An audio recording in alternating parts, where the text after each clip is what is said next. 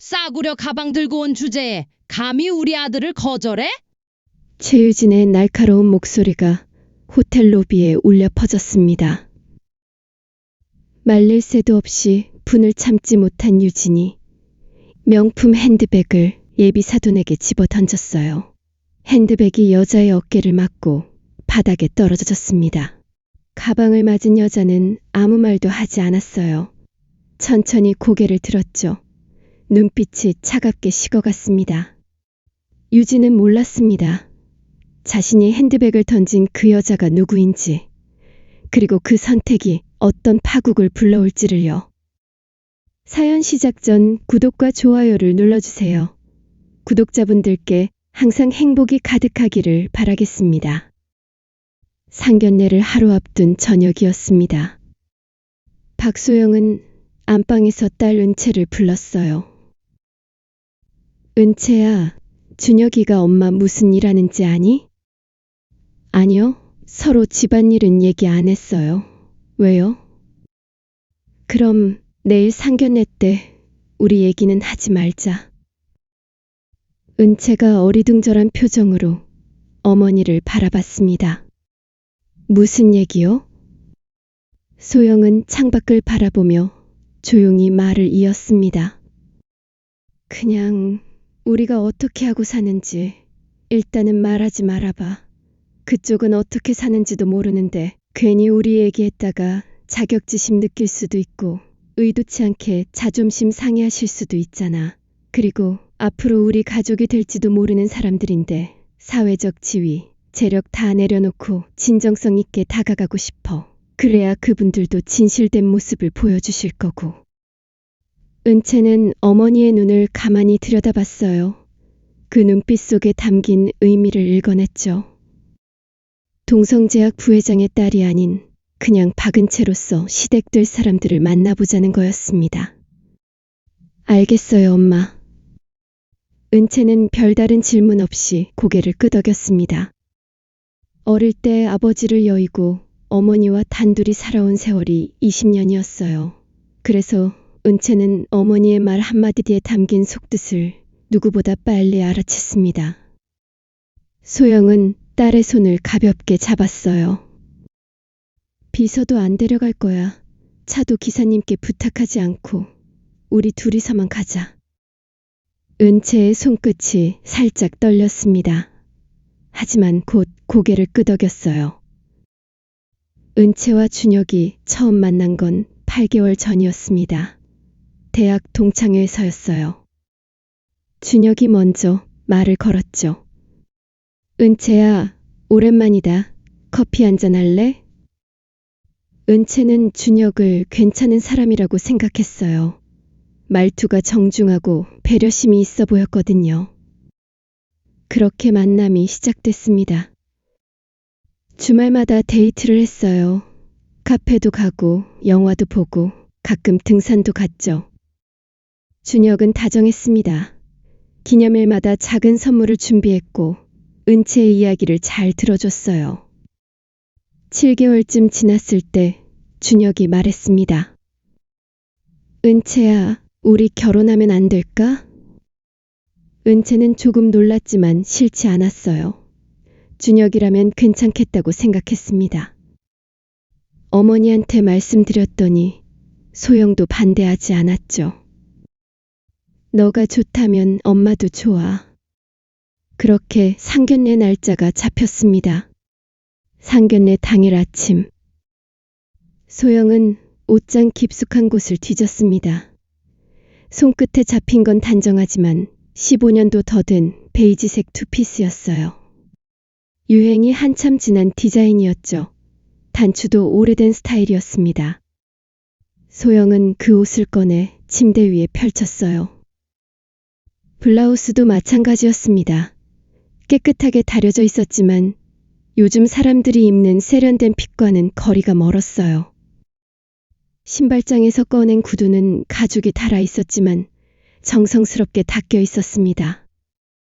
소영은 거울 앞에 섰어요. 거울 속 모습을 찬찬히 살폈습니다.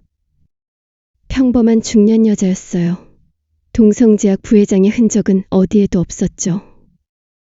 소영의 입가에 옅은 미소가 번졌습니다. 은채도 방에서 옷을 골랐어요. 서랍 속 명품 액세서리들은 손도 대지 않았습니다. 심플한 원피스에 무난한 가디건을 걸쳤죠. 귀걸이도 목걸이도 하지 않았어요. 작은 회사 사무직으로 일하는 평범한 직장인의 모습 그대로였습니다. 거실로 나온 은채가 어머니를 보고 잠시 멈칫했어요. 익숙하면서도 낯선 모습이었거든요. 하지만 곧 이해했습니다. 오늘은 있는 그대로의 모습으로 사람을 만나는 날이었으니까요. 엄마, 택시 부를까요? 소영이 고개를 저었습니다. 지하철 타고 가자. 은채의 눈이 살짝 커졌어요. 하지만 금세 고개를 끄덕였습니다. 어머니의 뜻을 거스를 생각은 없었어요. 지하철은 토요일 오후라 한가로웠습니다.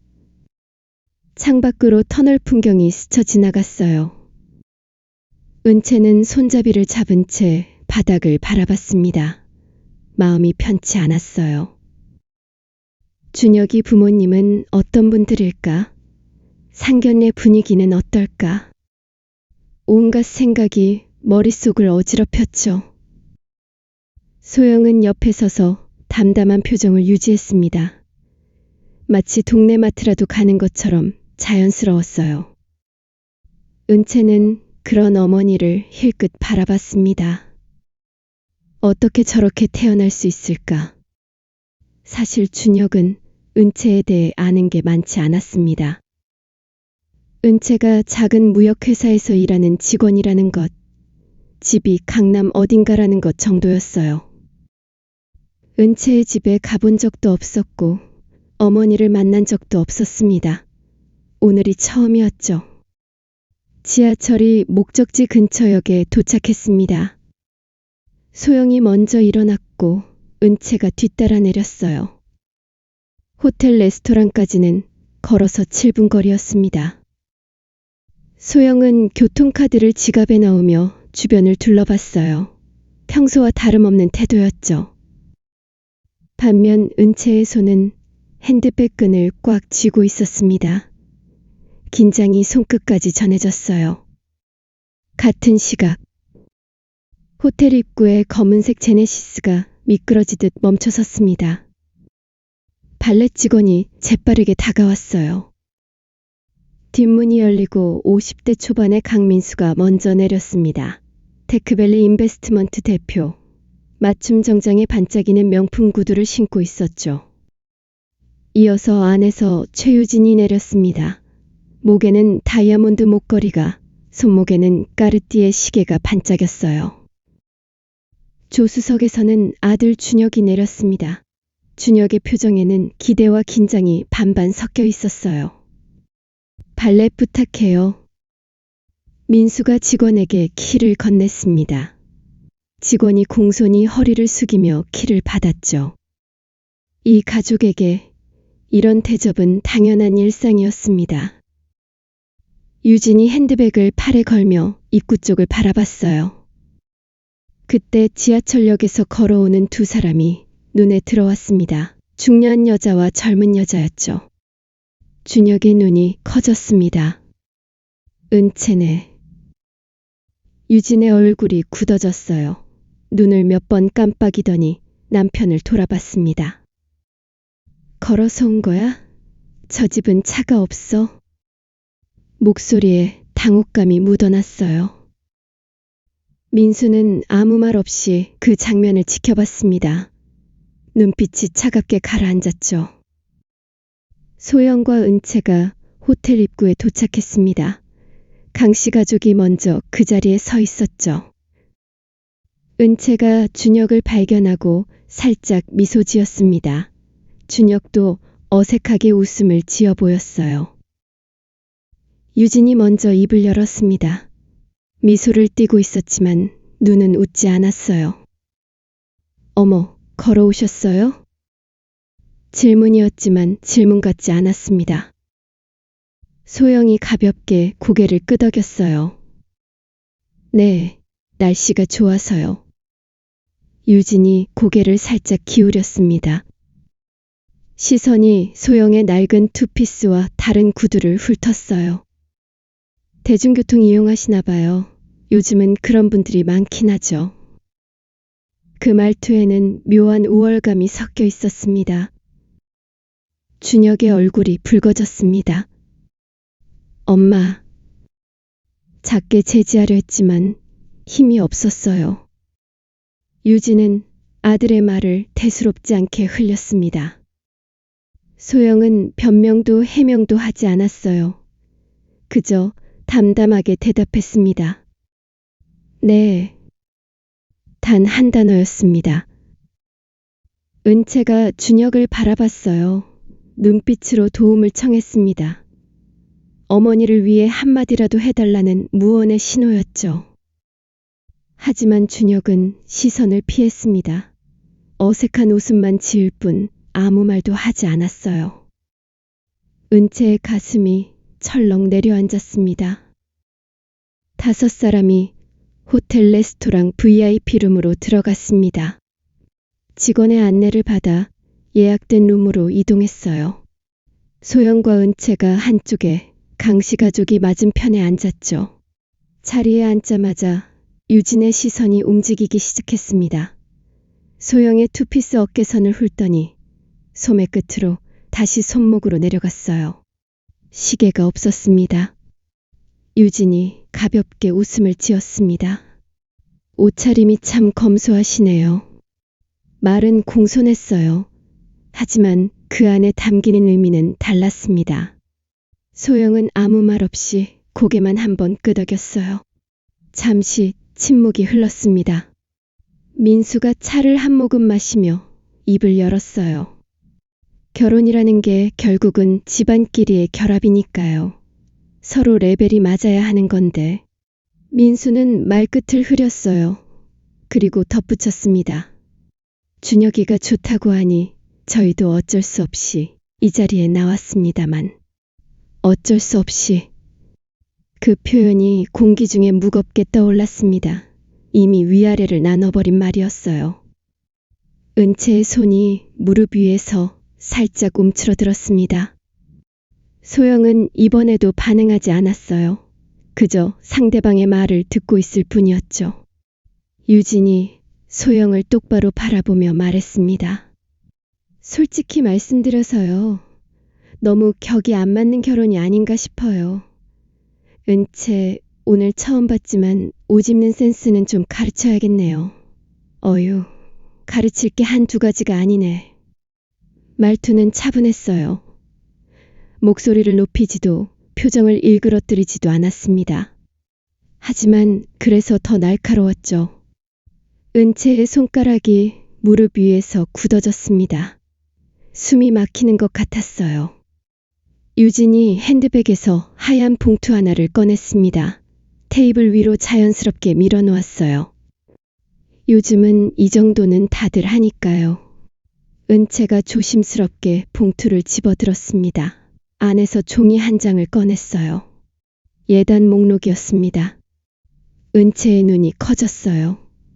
루이비통 캡신백, 샤넬 보이백, 까르띠에 러브 팔찌, 캐시미어 코트. 품목마다 브랜드가 지정되어 있었고 옆에는 금액이 빼곡하게 적혀 있었습니다. 대충 훑어봐도 1억 5천만 원은 좋게 넘어 보였어요. 유진은 눈 하나 깜빡하지 않았습니다. 요즘 다들 이 정도는 해요. 나도 다 알아보고 정한 거예요. 우리 집 체면이 있는데 남들 하는 정도는 해야죠. 소영이 처음으로 입을 열었습니다. 목소리는 낮고 담담했어요. 혹시 이게 협의하자는 건가요? 아니면 이대로 준비하라는 건가요? 유진이 잠깐 멈칫했습니다. 하지만 금세 미소를 지으며 대답했어요. 저도 사돈 생각해서 기본적인 것만 최소한으로 정리한 거예요. 번거로우실까봐 제가 미리 정해드린 거니까 빠짐없이 준비해주세요. 소영은 더 이상 묻지 않았습니다. 고개를 한번 끄덕이고는 다시 침묵했어요. 유진은 거기서 멈추지 않았습니다. 이바지 음식은 어떻게 하실 건가요? 원래 이런 건 친정어머니가 다 챙겨주는 건데. 딱 보니까 어머님이 잘 모르실 것 같네요. 우리는 아무거나 안 받거든요. 그 순간 은채의 숨이 멎는 것 같았어요. 심장이 쿵 하고 내려앉았습니다. 저런 무례한 말을 아무렇지도 않게 하다니. 유진은 아무렇지 않은 표정으로 말을 이었습니다. 요즘은 호텔에 주문하면 날짜 맞춰서 잘 배달해줘요.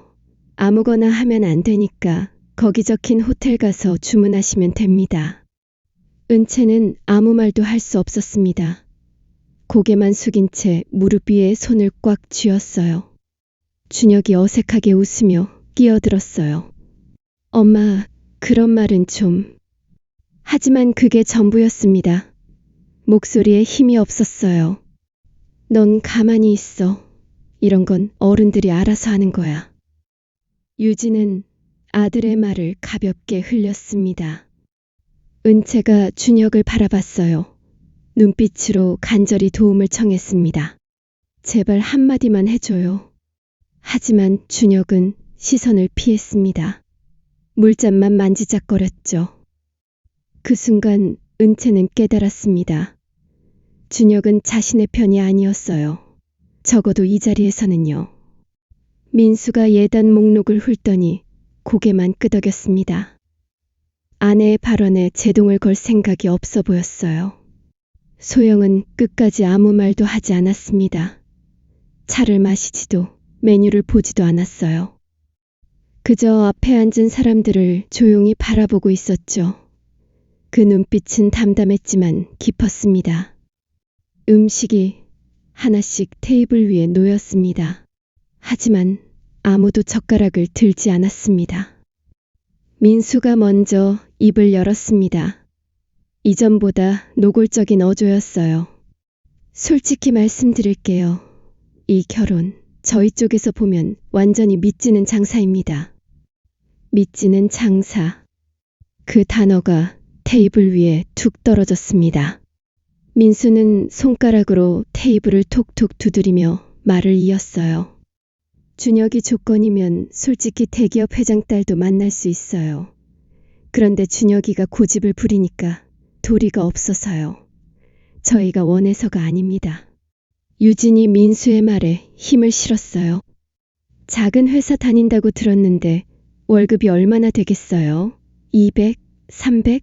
우리 준혁이 한 달 용돈도 안 되는 돈이에요. 유진은 고함을 치지 않았습니다. 오히려 차분한 말투였어요. 그래서 더 잔인하게 느껴졌죠. 사실 선자리도 많이 들어왔는데요. 대기업 회장 딸, 병원장 딸, 그런 집에서 먼저 연락이 와요. 근데 우리가 뭐가 아쉬워서 이런. 유진이 말끝을 흐렸습니다. 하지만 그 침묵 속에 담긴 의미는 분명했어요. 은채의 얼굴이 하얗게 질렸습니다. 아깝죠. 솔직히 너무 아까워요. 근데 준혁이가 좋아한다니까 어쩔 수 없이 이 자리까지 나온 거예요. 은채의 손이 무릎 위에서 부들부들 떨렸습니다. 입술을 꽉 깨물었어요. 은채가 준혁을 바라봤습니다. 눈빛으로 간절히 도움을 청했어요. 하지만 준혁은 고개를 숙인 채 물잔만 만지작거렸습니다. 끝내 아무 말도 하지 않았어요. 소영은 이 모든 말을 듣는 동안 침묵을 유지했습니다. 얼굴에 아무런 감정도 드러나지 않았어요. 하지만 어느 순간 소영의 손이 움직였습니다. 들고 있던 젓가락을 조용히 내려놓았어요. 고개를 살짝 숙인 채로요. 그리고 담담한 목소리로 말했습니다. 그렇게 아까우시면 그 선자리 보시지요. 유진의 표정이 굳었어요. 민수도 눈을 깜빡였습니다. 소영이 고개를 들었습니다. 눈빛이 처음으로 차가워졌어요. 이 결혼은 없던 걸로 하는 게 좋겠습니다. 제 딸을 이런 집에 보낼 생각 없습니다. 순간 테이블 위 공기가 얼어붙었습니다. 민수의 얼굴이 벌겋게 달아올랐어요. 뭐라고요? 이런 집이요? 유진이 벌떡 일어섰습니다. 의자가 뒤로 밀리며 끼익 소리를 냈어요. 아니, 지금 상황 파악을 못 하시는 거예요? 우리가 얼마나 눈 낮춰서 이 자리에 나온 건데, 감히 먼저 파혼을 해요? 소영은 대답하지 않았습니다. 천천히 자리에서 일어났어요. 그리고 은채를 바라봤습니다. 은채야, 일어나자. 소영이 은채의 손을 잡았습니다. 은채는 천천히 자리에서 일어났어요. 다리가 후들거렸지만 어머니의 손을 꽉 잡았습니다. 준혁이 다급하게 일어섰어요. 어머님, 잠깐만요. 이게 아니라. 소영이 준혁을 한번 바라봤습니다. 눈빛이 싸늘했어요. 아까부터 보고 있었습니다. 준혁 씨, 한마디도 안 했어요. 그런 사람이 내 딸을 어떻게 지켜주겠어요? 준혁의 얼굴이 새하얗게 질렸습니다. 소영이 민수 부부를 향해 고개를 살짝 숙였습니다. 오늘 식사비는 제가 내겠습니다. 그 말을 끝으로 소영은 은채의 손을 잡고 룸을 나섰습니다. 뒤돌아보지 않았어요. 복도를 지나 로비에 도착했습니다. 소영이 카운터에서 계산을 하려는 순간이었어요. 뒤에서 급한 발소리가 들렸습니다. 하이힐이 대리석 바닥을 때리는 소리가 점점 가까워졌죠. 소영이 미쳐 뒤를 돌아보기도 전이었습니다. 싸구려 가방 든 주제에 최유진의 날카로운 목소리가 로비에 울려 퍼졌습니다. 유진이 들고 있던 리명품 핸드백을 소영에게 집어 던졌어요. 핸드백이 소영의 어깨를 맞고 바닥에 떨어졌습니다. 로비에 있던 손님들이 일제히 고개를 돌렸어요. 누군가 작게 비명을 질렀습니다. 소영이 천천히 뒤를 돌아봤습니다. 유진이 거친 숨을 몰아쉬며 서 있었어요. 얼굴이 벌겋게 달아올라 있었고 입술이 파르르 떨리고 있었죠. 우리가 차면 차야지. 감히 먼저 파혼을 해? 버릇없이 니까짓 게. 유진의 목소리가 로비 전체에 울렸습니다. 지하철 타고 상견례 온 주제에 무슨 자존심이야? 가진 것도 없는 것들이. 민수와 준혁이 뛰어나왔습니다. 준혁의 얼굴이 새하얗게 질리며 외쳤어요. 엄마, 뭐 하시는 거예요? 준혁이 유진의 팔을 붙잡으려 했습니다. 하지만 유진은 아들의 손을 뿌리쳤어요. 닥쳐. 이게 다 네가 고집 부려서 그런 거잖아. 소영은 아무 말도 하지 않았습니다. 바닥에 떨어진 핸드백을 조용히 바라볼 뿐이었어요. 표정은 여전히 담담했죠. 화를 내지도 소리를 지르지도 않았습니다. 그저 유진을 조용히 바라볼 뿐이었어요. 그 차가운 눈빛 속에서 무언가가 결정되고 있었습니다. 호텔 지배인이 황급히 다가왔습니다. 손님, 괜찮으십니까? 정말 죄송합니다. 지배인이 조심스럽게 다가왔어요. 소영이 고개를 살짝 숙이며 대답했습니다. 괜찮습니다. 계산할게요. 소영은 카드를 건넸어요. 직원이 얼어붙은 채로 계산을 처리했습니다. 소영이 카드를 받아 지갑에 넣고 은채의 손을 다시 잡았습니다. 은채야, 가자. 두 사람은 함께 걸음을 옮겼어요. 은채야, 잠깐만. 준혁이 은채를 불렀지만 은채는 돌아보지 않았습니다.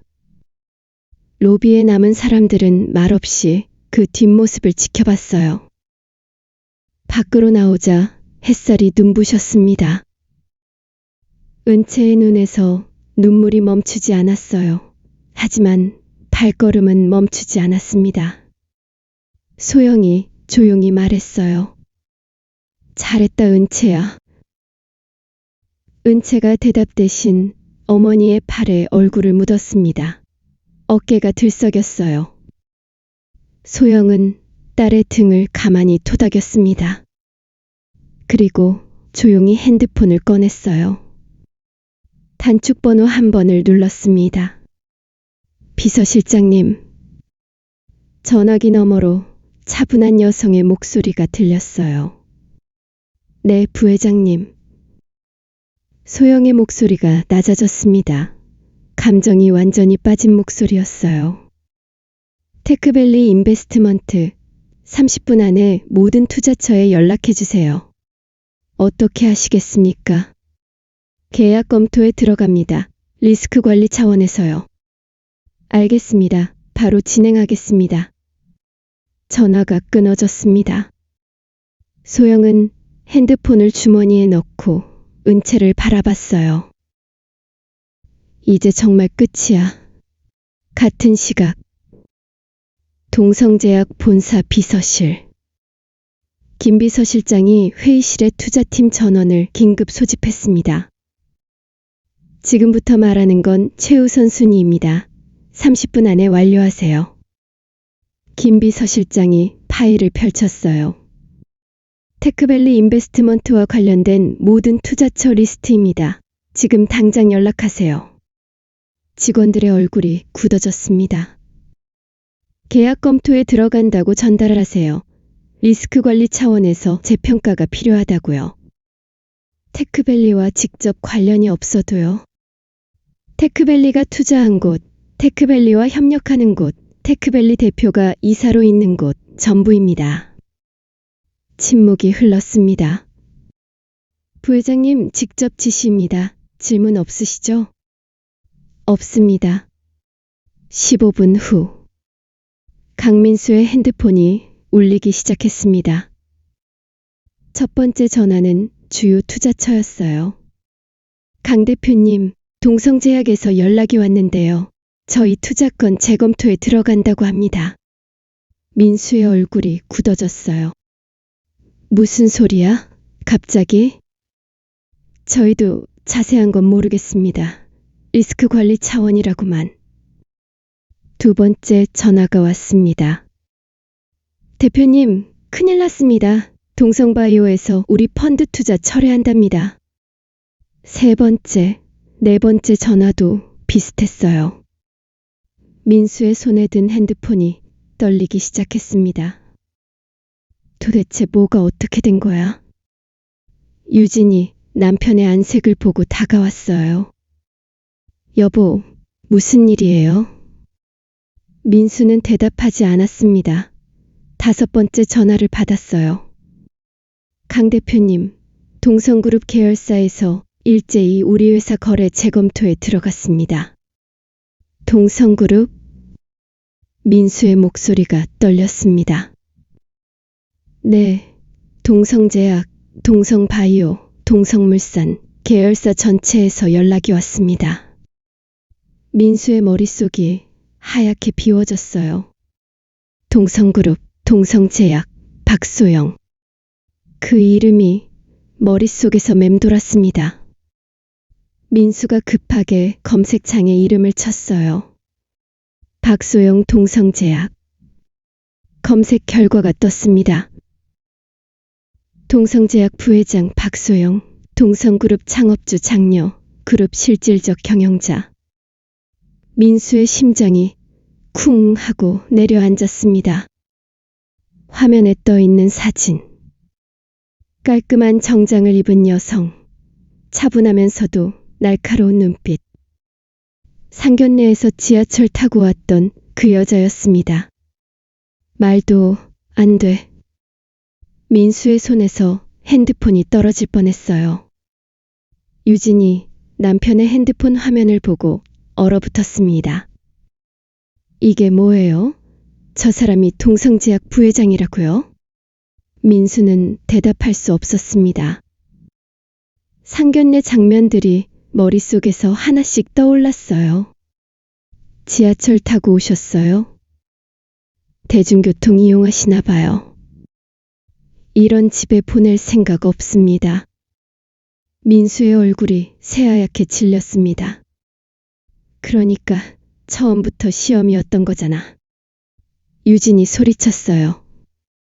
우리가 어떻게 나오나 보려고 일부러 그런 거야. 하지만 민수는 알고 있었습니다. 자신들이 한 말, 한 행동들, 그게 어떤 결과를 가져올지. 30분이 지났습니다. 민수의 회사 전화가 불이 났습니다. 투자처 100여 곳에서 동시에 연락이 왔어요. 계약 재검토, 투자 철회, 협력 중단, 거래 보류. 모두 같은 시간에 같은 이유로. 테크밸리 인베스트먼트의 회사 시스템이 마비됐습니다. 직원들이 전화를 받느라 정신이 없었어요. 대표님, 어떻게 해야 합니까? 대표님, 긴급 회의를 해야 할 것 같습니다. 민수는 의자에 털썩 주저앉았어요. 회사가 무너지고 있었습니다. 눈앞에서요.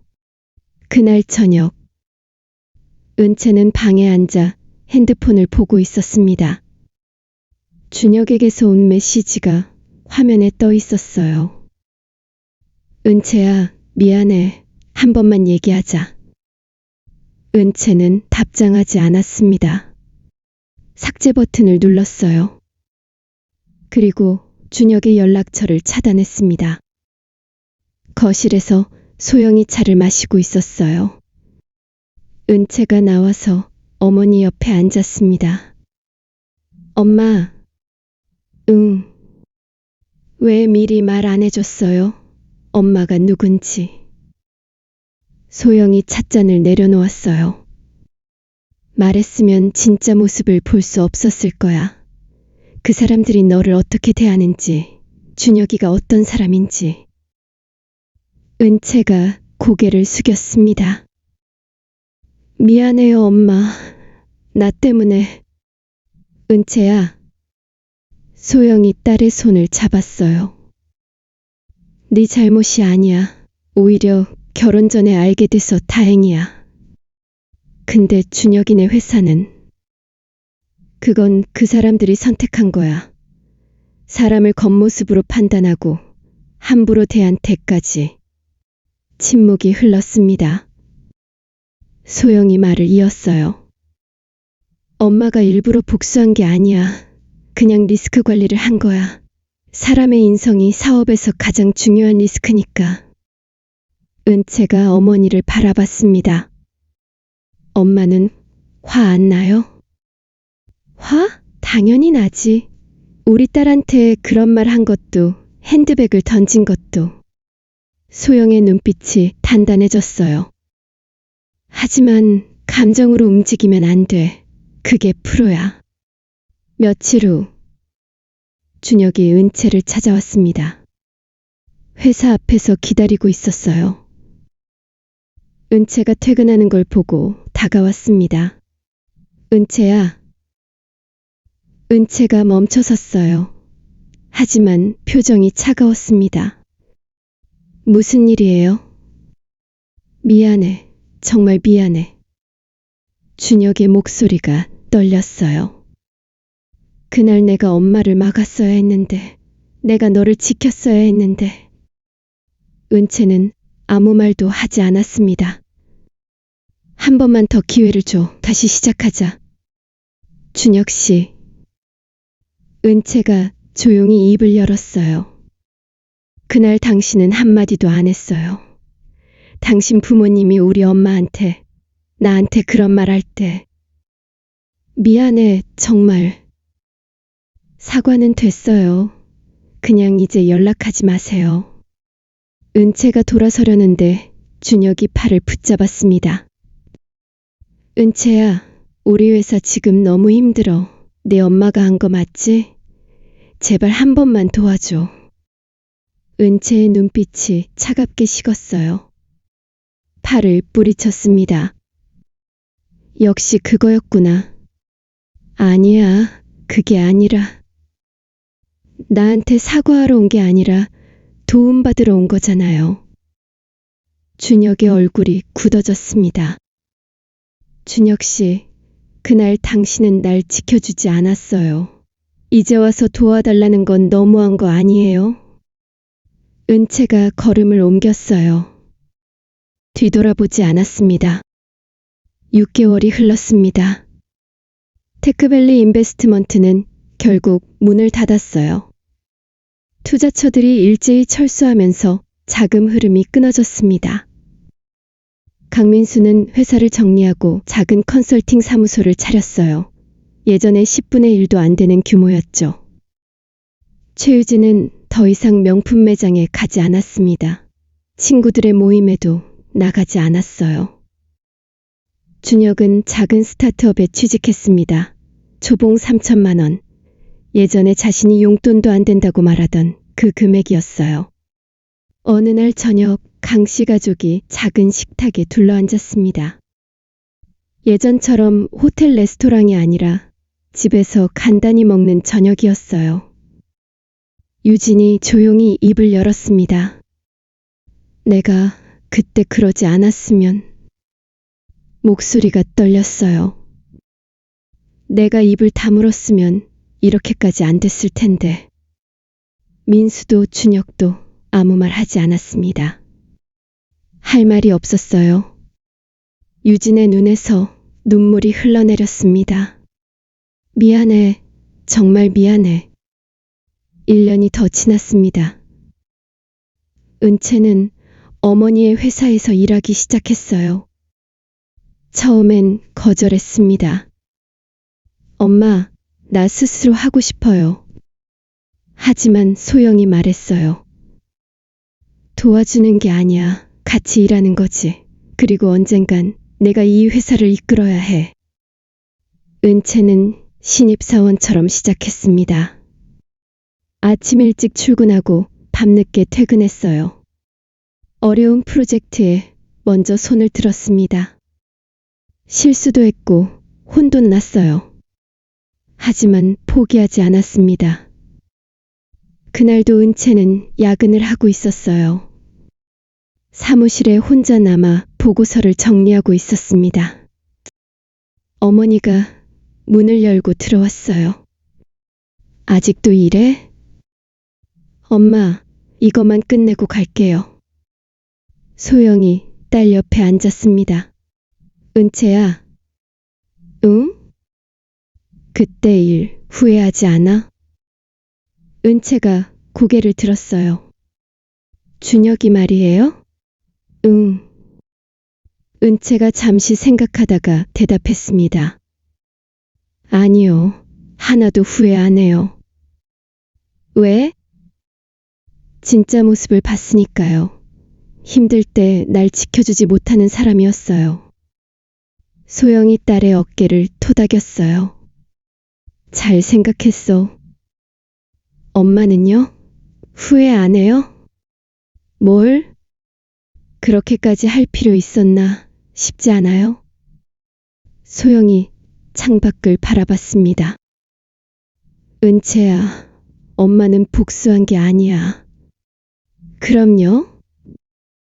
그냥 리스크를 제거한 거야.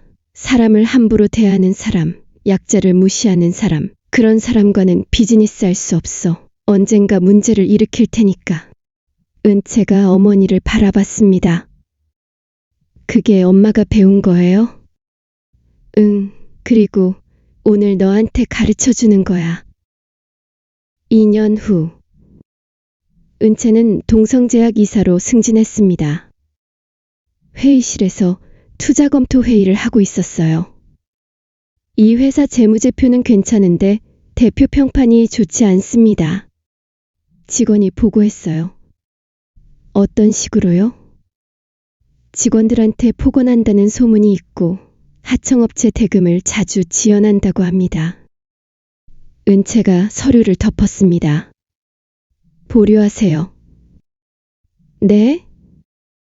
재무제표가 아무리 좋아도 사람이 문제면 언젠가 터집니다. 직원들이 고개를 끄덕였어요. 회의가 끝나고 은채가 어머니 사무실을 찾아갔습니다. 엄마, 오늘 투자권 하나 보류했어요. 왜? 사람이 별로더라고요. 소영이 미소를 지었어요. 잘했어. 창밖으로 석양이 지고 있었습니다. 은채가 창밖을 바라보며 조용히 말했어요. 엄마, 그때 고마웠어요. 뭐가? 날 지켜줘서요. 그리고 진짜 중요한 게 뭔지 가르쳐줘서요. 소영이 딸의 어깨에 손을 얹었습니다. 은채야, 응? 사람을 겉모습으로 판단하면 안 돼. 그게 옷이든 차든 직업이든 진짜 중요한 건 그 사람의 인성이야. 알아요. 그리고 기억해. 약할 때 누가 내 편에 서는지. 그게 진짜야. 은채가 고개를 끄덕였습니다. 그날 저녁, 모녀는 함께 저녁을 먹었어요. 호텔 레스토랑도 고급 한정식도 아니었습니다. 집 근처 작은 식당이었어요. 하지만 두 사람은 편안하게 웃으며 이야기를 나눴습니다. 엄마, 나중에 내가 대표가 되면요. 응? 소영이 미소를 지었어요. 그래, 엄마는 믿어. 창밖으로 도시의 불빛이 반짝였습니다. 같은 시각 도시 반대편. 준혁은 작은 원룸에 앉아 있었어요. 핸드폰을 들여다보다가 조용히 중얼거렸습니다. 그때 내가 은채를 지켰어야 했는데. 하지만 후회는 언제나 늦게 찾아옵니다. 돌이킬 수 없을 때가 되어서야 비로소. 오늘 이야기 어떠셨나요? 사람을 겉모습만 보고 함부로 대하면 안 된다는 것. 그 당연한 진리를 너무 비싼 값을 치르고 나서야 알게 된 사람들의 이야기였습니다. 진짜 중요한 건 그 사람이 무엇을 가졌느냐가 아니라 어떤 사람이냐는 것. 약할 때 누가 당신 편에 서는지 그게 진짜라는 것. 오늘의 이야기가 여러분의 마음에 작은 울림이 되었다면 구독과 좋아요로 응원해주세요. 댓글로 여러분의 생각을 나눠주시면 감사하겠습니다.